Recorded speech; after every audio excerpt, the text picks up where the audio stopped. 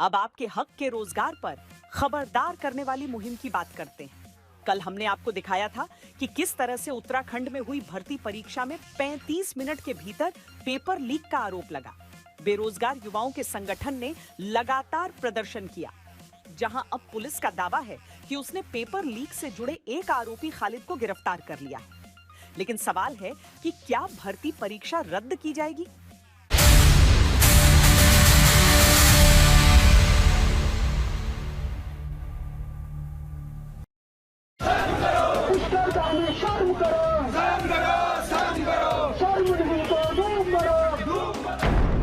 उत्तराखंड में रविवार को हुई यूके SSS की भर्ती में 35 मिनट के भीतर पेपर लीक के दावे के बाद युवाओं का गुस्सा और प्रदर्शन जारी है। यहाँ पर लगातार आंदोलन जारी है और भारी मात्रा में यहाँ पर युवा मौजूद हैं और नारेबाजी चल रही है। सीबीआई जांच की मांग कर रहे हैं और लगातार जो युवा हैं वो मांग कर रहे हैं कि सीबीआई जांच हो और भर्ती इसको एग्जाम को रद्द किया जाए और इसमें पारदर्शिता लाई जाए।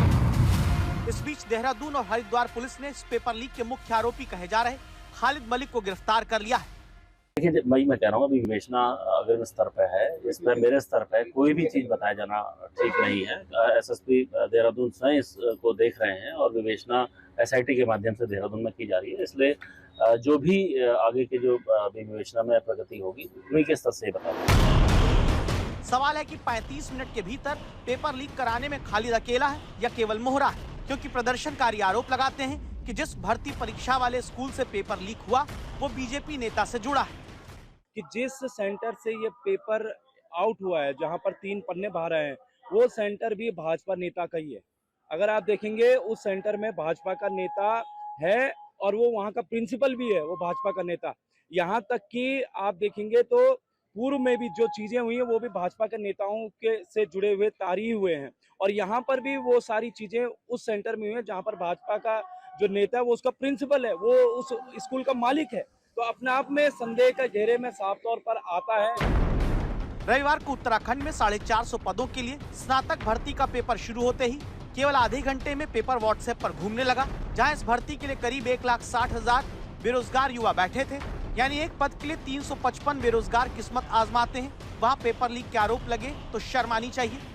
अब जिस असिस्टेंट प्रोफेसर सुमन ने दावा किया कि वो खुद सामने आकर खालिद का सच बता रही हैं और जिन बॉबी पवार ने पेपर लीक के दावों को दावा है कि उजागर किया, वो पूछते हैं कि क्या पुलिस दबाने में जुटी है?